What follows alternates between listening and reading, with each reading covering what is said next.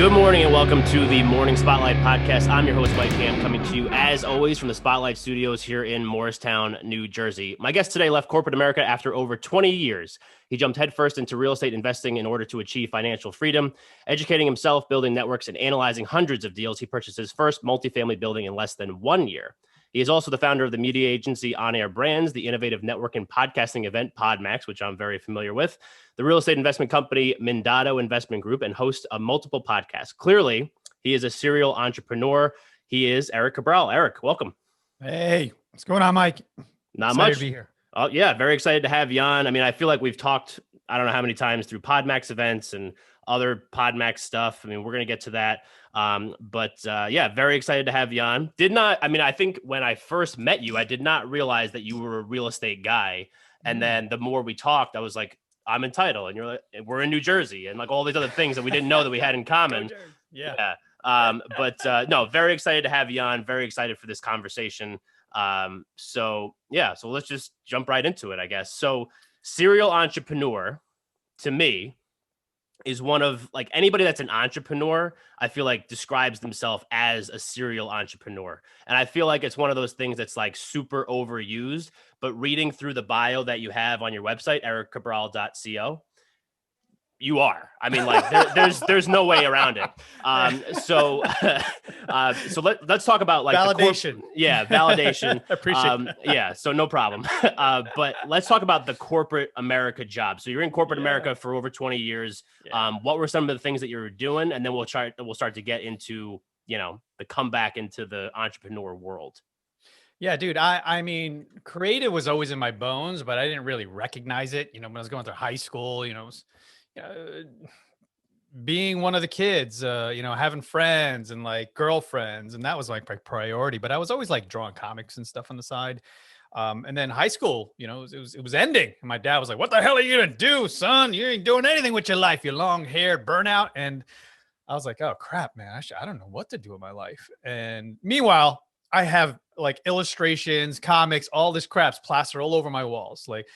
So he saw the writing on the wall literally and was like, "Get in the car," and like brought me to the Catskills in New York. And I was like, "What the hell is this? We're in the middle of nowhere." And then we pull up to a school and inside, dude, was like, it was like heaven, man. Like drafting tables and like artists drawing comic books and all sorts of stuff. And I was like, this exists? And they're like, "Yeah, it's called commercial arts." And I was like, "Oh crap." So that was it, man. That was the door, and I never left. And stayed in corporate America, getting jobs within New York City and eventually New Jersey, where I was building in-house creative agencies. So what that means is, gigantic corporations usually hire big agencies like New York City agencies that you see in the movies, and they charge upwards of hundreds and hundreds of dollars per hour.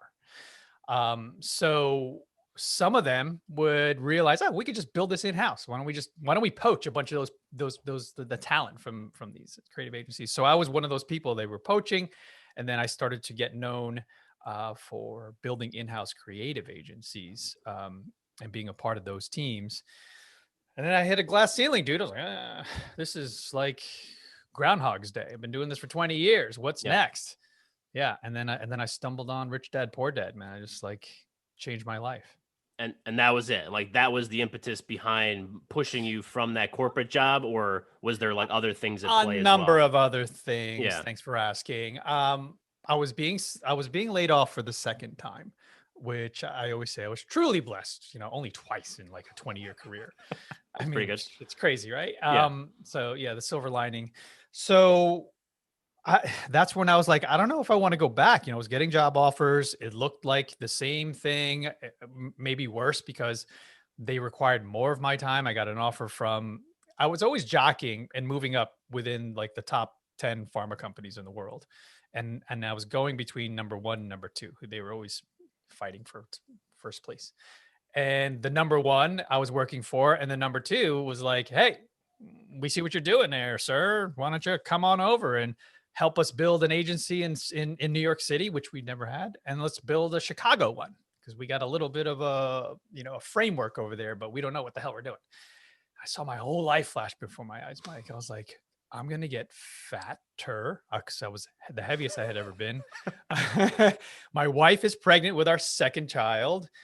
And I was like, if I'm flying back and forth from New York City to Chicago, what if I miss the birth of our second? I'm like, that doesn't sound appealing to me. No. So I was looking for options, dude. I was like, we invest in stock. Maybe I just do stock full time. Is that a thing? And then, Google realized, oh, he's looking for investments. And they shot me real estate stuff. I was like, oh, here's Rich Dad, Poor Dad.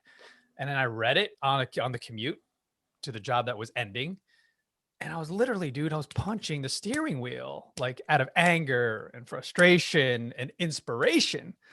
I'm like, I've been a fool all along. Like I had no idea about liabilities versus, like assets versus liabilities and cash flow. And I'm like, what? These are the rules and I'm not playing and I have no idea that it exists. And so I go home to my wife and I'm like, honey, I think I'm going to try something new. She's like, and she's used to this, dude, because like I love taking risks. She's like, oh, okay, it's not a poker again, right? I wanted to be a poker pro. I was going to sell everything and I was going to like hit the circuit, play the World Series of Poker. Yeah. And she was like, okay, what is it now? What do you want to do? And I'm like, real estate. She's like, what are you talking about? You have no idea what you're talking about. And yeah, she gave me her blessing and the rest is history. So literally no background in real estate, just, got basically like the Google ping things that you got from, the searches and all that. And then the Rich Dad, Poor Dad thing. And you were just like, hey, this is it. This is what I'm going to do now. Yeah, dude, yeah. It was a huge risk. We had a bit of a runway. I always say, meaning we had savings for about 1 to 2 years where I didn't have to work and I could build something from scratch. I had done this before in other businesses. Obviously those failed. And I was like, yeah, let's try it. Let me educate the hell out of myself. Let me surround myself with people that know what the hell they're doing, what they're talking about, have a track record. And that built everything that now with OnAir Brands and PodMAX, because all I did was serve the real estate investing community and they all needed creative. Go figure. Right. Yeah. So then, all right. So you decide you're going to do this from the education standpoint. And that's one of the things that I think that, especially when I have real estate investors like yourself that invest in, multifamily or whatever they're investing in, that come from not a real estate background, which I feel like the majority of real estate investors do come from a background other than real estate, because who just gets into real estate? Like, I'm going to be a real estate investor when I grow up. Yeah. Right. So like, what were some of the things outside of Rich Dad, Poor Dad that you were using to educate yourself in order to, purchase your first multifamily building within that first year? I know you mentioned surrounding yourself with good people. Were there people that you try to latch onto early on, like mentors, or was it just like, education, like books? All of the above. So I found bigger pockets relatively quickly, right? You look up real estate investing and how to do it. Bigger pockets is probably one of the top on the searches. And that's where I found people. Like I would say, hey, I would just ask questions, dude. And I would use the tools to analyze deals. But, I wasn't confident in what I was doing because I didn't know anything. And, I would go through their webinars, their free stuff, bought their books. I thought I was going to flip houses at the time. So I was like educating myself on all this stuff, buying Jay Scott's books. And then I met a dude, through Bigger Pockets, named Justin, and he was like, "Hey, come on to our real estate meetup. It's in where was it? New Brunswick, New Jersey." Okay. And I'm like, okay. So I literally went. I was nervous, it was like a date, and then I see a meeting, and I'm like, "Well, I'm eating this up. They're talking about stuff that I've been reading about and listening and webinars." And dude, I stayed until everyone left. It was me and the two guys that run it. And I was putting up chairs. I was packing up the PA system. And dude, think about it. Here I am, a 30 something. And these guys are like in their early 20s. And they had already bought and flipped houses and stuff. I was making over 6 figures a year, man. So it was like, I realized I need to eat some humble pie if I'm going to learn anything in life. And that was like the path. It wasn't just surrounding myself with people and finding the tools like Bigger Pockets, but it was also like, dude, till this day, a mental hurdle and challenge, and constantly trying to evolve my mental state of mind and how I see the world, and like reprogramming myself from Erik 1.0 to 2.0 and then 3.0, and then just constantly upgrading the operating system so that I can level up. Right. Yeah. Was there a reason why you decided multifamily out of the gate? No, it wasn't out of the gate. Like I said, I was trying to flip homes. So I Oh, was okay. buying Right. single, I was making offers on a bunch of single family homes. Yeah. And I wasn't loving it. And and a multifamily came to me and I was like, oh, this doesn't need a ton of work. And then it made sense. The numbers totally made sense. I had also hired a coach, a local guy that I kept meeting at the meetups, Rick Stein. Big shout out to him. And I would go on drives with him. You know, he was a broker, wealth of knowledge. You know, he was in his mid 60s and he was just driving me around, just giving me everything. We'd smoke cigars with the top down and go to his rentals, and I would Big collect time. rents. Yeah. It was just Yeah. like I would see what he would do. And he owned dozens of properties in New Jersey. And we would just do stuff. I'd go on runs and I'd learn on the job, and we would write shit on napkins. You know, it was cool, like analyzing deals until he was like, hey, I got a deal here if you're interested. And that was my first multi. Right. And then have you stuck? I know the answer to this question. Have you stuck strictly multifamily, or have you diversified into other avenues of real estate? Yeah. So the cool thing about real estate is if you do it right and you're a nice person and you want to help people, you'll grow your network and reputation. And I started to understand, my marketing and branding background, that I wanted to develop a thought leadership sort of platform and brand for myself. So I got in front of the room relatively quickly at all these meetups. And I became close friends with the speakers of these events. So I was introducing my buddy, Matt Faircloth. He's a Bigger Pockets guy. And in the audience was a guy I had never met, Josh McAllen, who was there to watch Matt. But he saw me, my vibe, me emceeing, me hosting the whole event. And he was like, who's this guy? Yeah, I'm here to meet Matt, but I love him. Yeah. And he broke open wide my options in terms of, like, I was on the path of just buying small multis. But he was like, hey, I got this crazy project. It's the third oldest winery in New Jersey.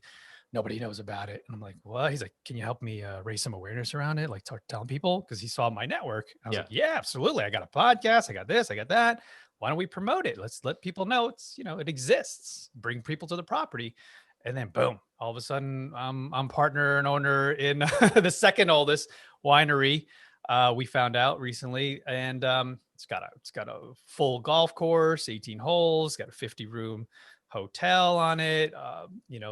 Obviously wine tours, weddings, you name it, man. It's one of the crown jewels, and I'm super proud to be a part of that project from the get-go. It's awesome. Yeah. And it's called Renault, just in case, Renault.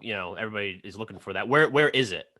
It's in Egg Harbor Township, okay, New Jersey. So about 25 minutes from Atlantic City. Right. And then, so just out of curiosity, are there perks to being a part owner of the second largest winery or second oldest winery in the United States? The big difference between resort investments like this is, yes, you get to partake, right? You get to, before it really opened fully, I'd be there all the time with my family, and we'd be an empty hotel, and like everything was under renovation. So it was fun for my kids. Now that it's doing really well, that's a good problem to have. Like, I can't get in that room. I can't get in the hotel. I can't yes, there's perks, and maybe I'll get in front of the line, but I don't want to, because as an investor, we want to see it succeed. We want to see it super busy. Yeah. To the point now where we're partnering with other hotels in the area, because it's the demand for it. Like, we knew that was going to be a good problem. Like, 50 rooms is not going to be enough for these massive weddings, especially multiple weddings, over the weekends. So. Right. Yeah. Very cool. Yeah. I mean, I wish I owned something like that. That would be cool. Yeah. Well, let's talk. Yeah. Right. So I think you have to have stuff. Yeah. I think you have to have money to invest. So that's one of the things that, has always held me back. Right. That's also true. Yeah. That's also true. It's all about who you know and the types of people that you do know. So you're still obviously investing in real estate, or is that slowed down? Ooh, nice. Yeah. Thank you. It's slowed down in terms of me being actively looking for Gotcha. projects personally. So, because I have partners in those folks that I mentioned with the Faircloth and Josh, I participate in their deals potentially. So they're always, that's their full time. So I'll participate passively if it makes sense. Yeah. I am the only active activity that I have now, because I'm busy building PodMAX and OnAir Brands, is I lend to my network, right? So private lending. So for 6 months to a year, I'll own a single family house. Hopefully they don't default, because then now I have to manage it. But I'll lend on flips. I'll lend on things like that, and with the people, like people that I know that I've met and trust. Say, oh, how much you need, and then just be the bank. That's Right. what Kiyosaki taught us. Yeah. Gotcha. All right. Well, that's cool. So over the course of those answers, excuse me, you mentioned that you had a podcast during this time. What was that podcast? Why'd you start it? Was it just like a passion project type thing, or something to kind of like build awareness around something? Yeah, when I got into real estate, well, the show's Entrepreneur Circle. We're about to celebrate 150th. Wow. With Hal Elrod. So hopefully you guys can check that out. Congratulations. Thank you. And thank you for allowing me to plug that. No problem. We're a big shameless plug show. So whenever you want to plug, just plug away. We love it. Yeah. No, I'd rather plug through stories. Yeah. So, so that was the show. I created Entrepreneur Circle really to house everything I was doing in one place. So what was happening with my network, friends and family at the time, they're like, "What the hell do you do, man? You're doing real estate investing, and now it looks like you're doing creative stuff. And what else are you doing?" And I'm like, "Can I just put this all somewhere?" And I go, "Hey, go listen to the show." And it launched my personal brand. I knew that it would be the catalyst for something like that if it worked right. And yeah, that was it, man. And I didn't know that it was gonna allow me to form stronger relationships with people at the time, because this was several or a few years back. Yeah. Before it became what it is today. I just said, oh, this is a way for me to tell my story. But now I'm like, whoa, this is how I met my business partners. Yeah. That I interviewed them, or they interviewed me, and then they guested on the show, and then they heard it, and they're like, whoa, can you do that for me? That sounds amazing. I want a show. And it just blew Right. up. And ultimately that's, I guess, what led to OnAir Brands, right? Yeah. So you were like, 100%. helping people in that real estate world kind of grow their shows, because they must have seen that. And I love talking about this, because this is kind of what I'm trying to do on my end. Seeing that, having a show and talking about this stuff and having people on, and, just growing the network that way is such a great tool to kind of build the network at almost like an accelerated rate that you could from just beyond like a meetup or like an in-person event. I mean, that's good. But, this, I think, is like a next level type thing, right? Oh yeah, absolutely. I mean, before I even read The Go-Giver, I was listening to other people talk about, you have to figure out how you can serve people first, and with no expectation of anything in return. I couldn't understand that, dude, forever. I was like, what are you talking about? I need to make money. I need to put food on the table. And I started to understand it as my network was growing, and I just kept saying, yeah, I'll do that. Yes to everything. Yeah. OnAir Brands was a traditional creative agency where we did logos and branding and marketing and websites and all that stuff. And then, people were using those services. It was really me freelancing at the time, and then farming it out to friends, right? But under my brand. And all of a sudden we had a dozen clients, and I'm like, how the heck do I formalize this? Oh, I need to create a company. So I created the OnAir Brands. I wanted to make sure, because traditionally, dude, in the creative space and in business in general, nothing against the people who have done this, because this is 99% of folks. I didn't want it to be my name. I wanted it to feel like others had ownership over it. I wanted others to feel like, and if I did bring on partners and team members, it's not Erik Cabral brand. It's not, I don't own it that way. It's not my initials. And so, yeah, I was literally in the parking lot, dude. I was with my partner at the time. I was like, I need to come up with a name, but I wanted it to be called like Amplify Your Brand, whatever it was at the time. was like, but it's taken. I had my heart set on this Amplify thing. And then OnAir Brands just popped in my head. We were sitting in Dayton, New Jersey at a diner. And I'm like, holy shit. And I grab my phone. I look it up. It's not taken. I'm like, wait, .com's not taken. .org's not taken. .net. Everything was available. I ran outside in the parking lot, started crying. Because like, this is the name of the company. Total sense. Thank you. Yeah. And I grabbed it all, dude. And the only URL I couldn't grab, the only handle was Twitter. And that was the breadcrumb to who owned all of it and let it go. Guess who owned all of it and just let it expire? It's got to be. I mean, if you're leading it up to it like that, it's got to be somebody big. It's got to be like a Gary V type thing. Yeah, kind of. Everyone's heard of this company. As seen on TV, owned everything. Oh, okay. Brands. Yeah. I don't know why they let it go. Such a good name. Interesting. But yeah. So then OnAir Brands was just doing its thing. And then we were like started getting really heavy into podcast creation and production. And then all of a sudden there's a network, right? I have access to a dozen podcasters and I'm talking to people. They're like, oh, yeah, I would make introductions. Okay, get on a show. Yeah. He's a friend of ours. We produce a show. And all of a sudden it was like, wait a minute, what if I just create an event where everybody just walks in the room? And then there's podcast studios. I was like, oh, and then I don't know what to call it. Maybe I was going to call it PodX. That was taken. And I was like, wait, PodMAX, not taken. So then we did it 3 times live and then it turned into a virtual event.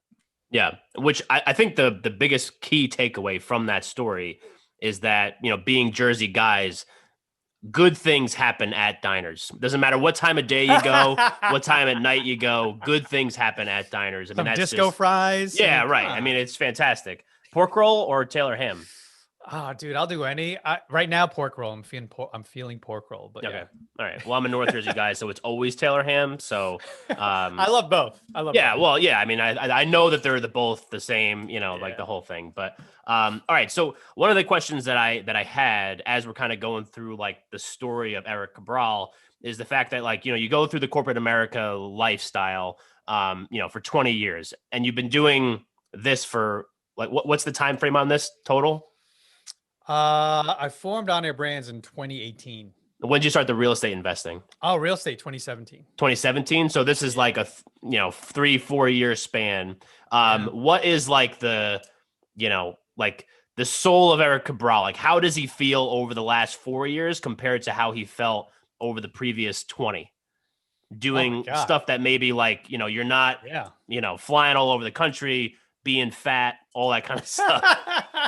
Fat and miserable. I've been there. Love it. Yeah, it's fantastic. Yeah, I was just such an angry dude, man. I remember just if I think back to who I was then, I'm like, man, sure I was fun to hang around, but I had dark moments, man. Like just yelling for no reason, putting my fist through walls, in arguments, like that's like a total. I can't even imagine myself that way now, especially now that I was becoming a father, and I was like, I don't want to be this person, like this angry, miserable, no real passion or purpose in life other than build wealth for some company that doesn't even know my name. So it was that, man. Like compare. So to answer your question, who I am now versus who I was then is like, I have purpose, right? I have passion. I can wake up every morning and do whatever the hell I want. I literally left, in December, came back at the end of January, and worked, from Florida. Like the only challenge with that is, and not having a boss. And when you have a good boss, they're also your mentor. Right. I didn't realize it. Is I don't have anyone to report to or keep me in check. So I have to join masterminds to get people who are levels and levels above me to like inspire me, to slap me around, to say, hey, what are you doing? That's not good. Or you could do this better. Just because the nature of owning the businesses, I guess, you have to sort of seek out others who are doing bigger things so that you can gain inspiration and then check yourself. Right. Yeah. So talk to me more about like the PodMAX thing, because people that listen to this show, the spotlighters, which I call the listeners, know that we probably, I think total, I've been to 3 events and I've gotten 10 guests from PodMAX, 3 at each event. And then Jeffrey Hazlett was another one of our guests because I had him on, which was great. Get. Yeah. Good get. So talk to me about like why? So I know you mentioned that you know you had certain people that you were like, hey, what if we just got them all into a room? And then at what point did you see like, oh my god, like we might have something that's actually really cool and a community start to build? Whereas I mean, I missed the last event, which I'm very upset about, but I'll be at the next one. But to me, just being as somebody that started in December, the community that, and I said this at the last event that I was at, the community that PodMAX attracts is ridiculous. Like the podcasters that I've met, like Kristen and Larry and Mark and all these other people that I've met through PodMAX, it's like everybody just seems they're on the same wavelength. We all run different kinds of shows. We all talk about different kinds of stuff, but like the base core essence of the people seem very similar. So was there a moment in that time frame over the last year that you've been doing these that you were like, hey, this is actually something that we can really start to build? The very first live event, which happened in 2019, that after it, the team knew. And the team looked very different then because it was live. Right. And it was a lot of them were from OnAir. They were OnAir brand staff. So it was like creative and webs and website design and logo people. And it wasn't events people. But we were winging it. And I knew, dude, like we've got something special here when everybody showed up. And then the feedback we were getting the days and weeks after. Things would have been drastically different if not for 2020, because we were going to continue. We had the whole calendar practically booked to travel all over the country. And then we had to go virtual, right? We had to put pen to paper, nose to the grindstone, and figure out what the hell are we going to do now. We have everything booked. And then people just kept pushing their conferences, pushing their events, pushing all this stuff. So we're like, why don't we just try a virtual event? And that happened in May of 2020, or maybe it was April, a year ago practically. And we're like, holy smokes, this is kind of cool too. Yeah. It's different, but there's a lot of the same. And that's really where I saw Josh Carey shine, because he was participating in the live events and eventually started making it to the stage and sort of partnering with me. But it looked and felt very different. But then the lights and the cameras turned on virtually, dude, and all of a sudden it was a different person. I was like, whoa, what's happening here? and now, right? Right. When he makes that event and he sets the standard for virtual events. Like I've been to other virtual events, and if they don't have an MC like Josh, it sucks. Oh my God, it's the worst. Sucks. Yeah.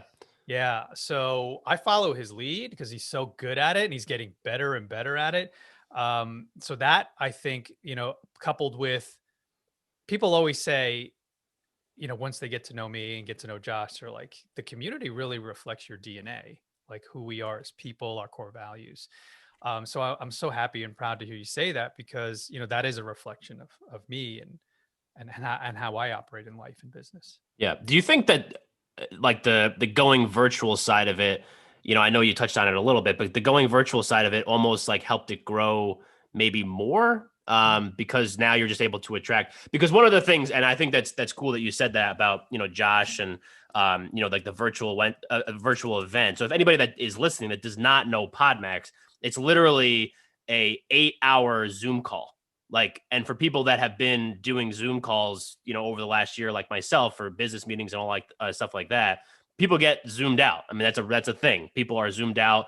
But like this Zoom call, even though it does go for 8 full hours over the course of an entire Friday, it's like it's done and it feels like 20 minutes. It's like does not feel like an all day Zoom call.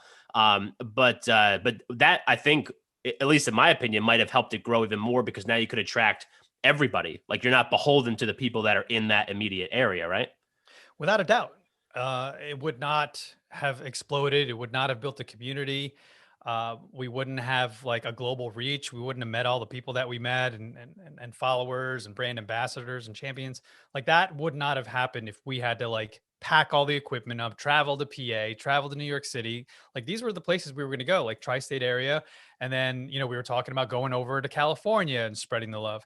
I think it would have taken a lot longer if we had gone that route. Yeah. And 2020 didn't flip upside down. So that was the silver lining for us, that we went virtual and we were able to grow quicker as a result of what was happening. Right. At what point did you decide to, maybe you said this and I missed it, but the actual studio, because you have a studio down outside of Trenton, right? Yep. Yeah. So outside of Trenton, Well, yeah, in Trenton. Yep. in Trenton, sorry, um, is the OnAir Brand studio, right? Yes. Is it the OnAir Brand On studio it. or is it the Yeah, PodMAX studio? it's both, but yeah, It's the it's both. originally OnAir Brands. Yeah. Got it. So like, at what point did you decide like, hey, I'm gonna build a studio and like build out a Holy studio? smokes. Oh, good question, dude. Nobody ever asked me that. Yeah. Because I'm jealous. Because like this is my studio, but my bed may or may not be on the other side of this fake wall, and there might be an elliptical here. So this is like my office, recording studio, bedroom / gym. So it's like everything in this one bedroom apartment here. Yeah, brother. But hey, it looks great, man. I love it. Thank you. I appreciate that. You got to do the best with what you got. So so my client base was growing and the podcast was new. So I had my partners and clients who needed to record a show. Like I transformed my home office into a podcast studio. So we were recording in here early days. At the same time, when I was building that, Matt Faircloth, who I mentioned earlier, became a good friend of mine.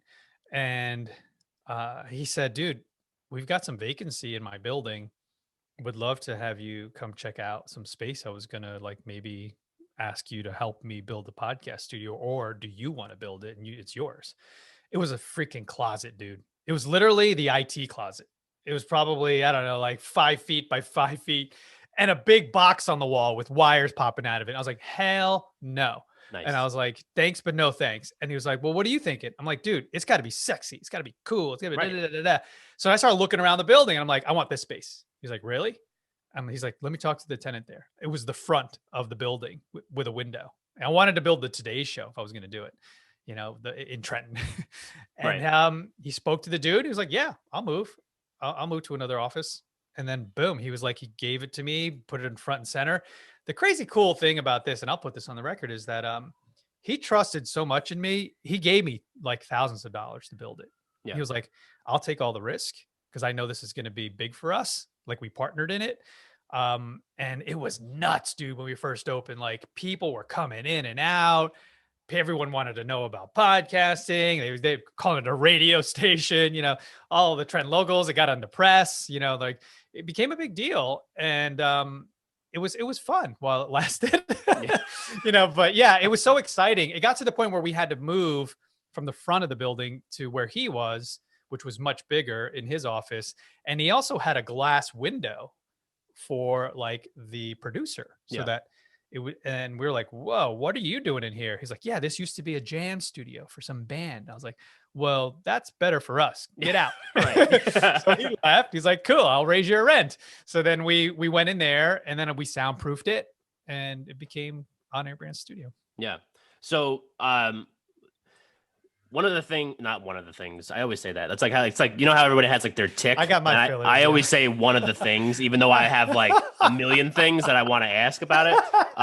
But that's my thing. So one of the things that I want to know is so you're host of how many podcasts now? I think like 4, 3. I would say at least 4. At least 4. So PodMAX, Entrepreneur Circle, I got them right here. Capital Hacking, Cashflow Ninja. I don't even know that was one. No, I'm not a host. So yeah, it was 4, and I recently pulled out of OnAir Brands podcast. Right. So that is now run by Todd Genetazio and also Amber Furman, who you know both of them. Yeah. So they took over that show, which is great because obviously it's too much on my plate if I'm doing 4 shows. Yeah. So between real estate and podcasting, what is this might be a hard question to answer, but like, which one are you more like, this is like, I love this, you know, is it the real estate side because that's where maybe the cash flow is, or is it the PodMAX side or the podcasting side? Because that's kind of where you get to like, you know, flex your creative muscles. Yeah. I mean, this is cheating, but I love them both, right? Like that is cheating, but I'll allow it. Because dude, it goes back and forth. Yeah. You know, I love podcasting and what it can do for us and for everyone. And I also love real estate because I love what that can do for me and for everyone. I whenever I'm talking about real estate or I'm in a meetup it feels like I'm home. I'm like, oh, it's my tribe. I'm like, Yeah. I got to, what can I do for you guys? It's unfortunate because I'm on the board of South Jersey RIA, and it's not the same without the live meetups, right? That was my jam. Like, I love running those Princeton events and having hundreds of people walk through the door, and I would MC and then, get speakers. And now, it's changed, but, eventually we'll get back. But my point is, when I see them and especially live, yeah, you just want to give everyone a big hug. But then it's the same thing with podcasting, right? We all get together with PodMAX, like, oh, one big family group hug. Right. Yeah. That's like a no fly zone right now. So no hugs. No hugs. Exactly. Virtual hugs for all. Yeah. All right. So I know we're kind of getting close to the end of the time that I said we were going to get through. So couple more questions, then we'll do our closing segment, then we'll wrap it up. So a lot of the people that listen to this show are between the ages of like 25 and 35. So a lot of them are either new to real estate, depending on their,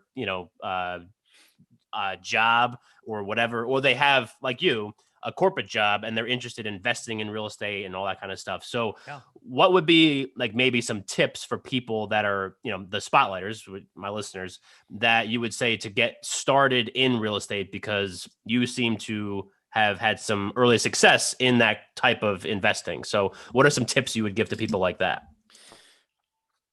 So I'm going to speak from experience, right? Yeah. This, and it's very personal, is you got to get your mind right. You got to get past the limiting beliefs, because that'll hold you back, and maybe has been holding you back from doing big things. So that was a hurdle that when I got into real estate investing, I had to work on every single day until this day. I'm meditating and doing affirmations, journaling. Those are habits that I did not have prior to real estate investing, but through the journey. And that's what you need to look forward to, is who are you going to become as a result of investing in real estate? You're going to learn a ton. You're going to meet a ton of people. And that's the second thing, is the community is amazing. If you step into the right one, and they're everywhere, is their abundance mindset. They all believe in the rising tide lifts all boats. And that's what I loved about real estate, because the world that I came in was sort of cutthroat, man. It was very competitive. Dog eat dog. Like, hey, don't look at my work. Don't steal my work. And then when I came into real estate investing, I was like, this is the complete opposite. Like, everyone wants to give me the tools. Everybody wants to share. They want to give me knowledge, versus, the creative space, where there was the complete opposite. So look forward to that. Find the right people, network. And when you network, give. Yeah. Give, offer value and show your worth.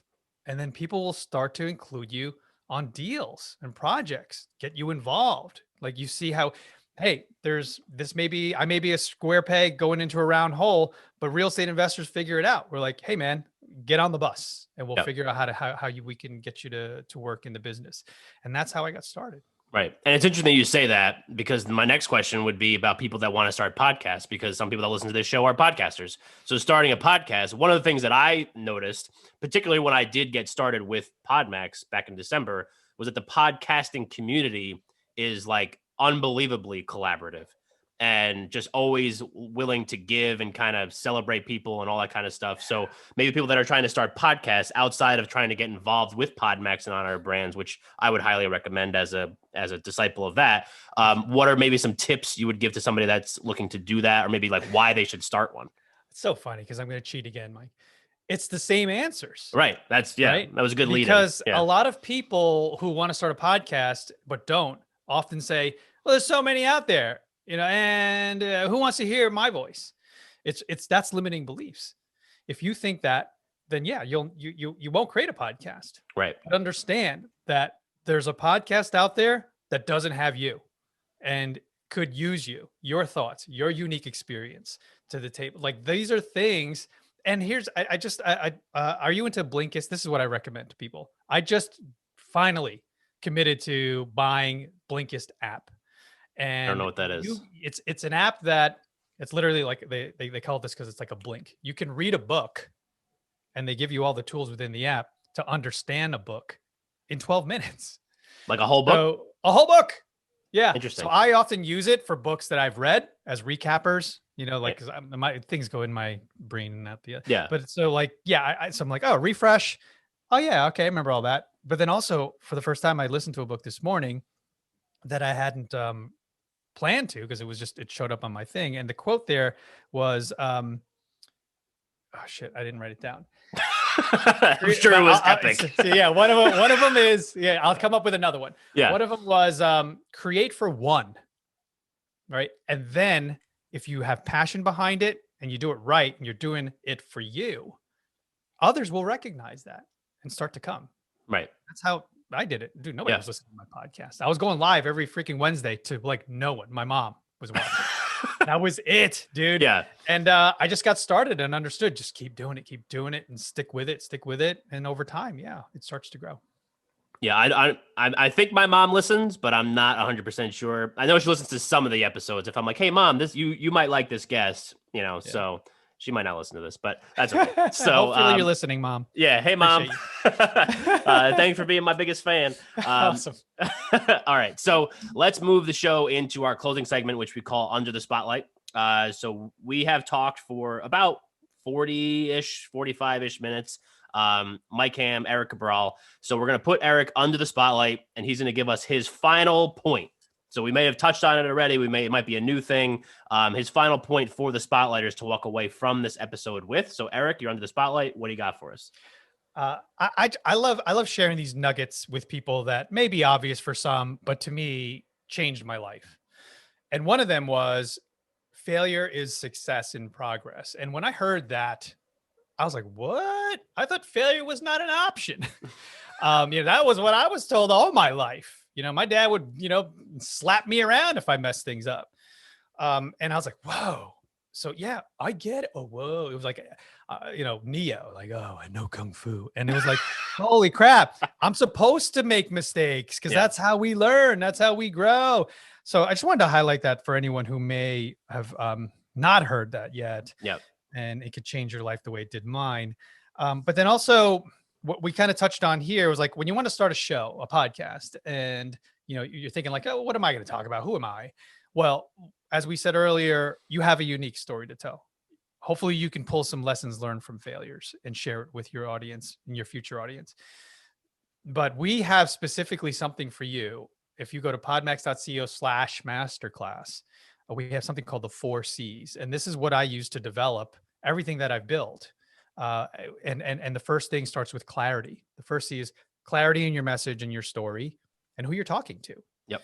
And then second is the community. You'll start to build a community of people that love your message. This literally happened to me. I would travel and go to conferences and people go, I'm a fan of your show. I'm like, what? People are listening? Yeah, right. This is crazy. And then it builds the community. And then you start to realize and connect the dots. So the third C is connection. Like, oh crap, that person does this. Mike does this. Oh, he's entitled. I can connect you to this person. Right. Now you start to get known as like a connector or super connector. And then collaboration comes out of all of that put together. You start to form partnerships. You pick the people within your community that you're like, I love that person.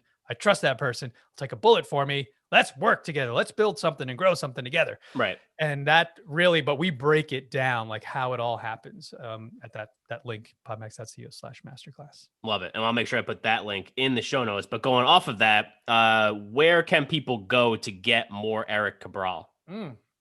My website is probably a good place. So it's Erik with a K, Erik, Cabral.co. So I will put that in the show notes as well. So the PodMAX Masterclass link and the Erik Cabral link will be in the show notes for everybody listening. I will obviously put all my links in the show notes, themorningspotlight.com, and the email address is themorningspotlight@gmail.com. Erik, thank you so much for coming on with us today. This was awesome, as I expected. You, Mike.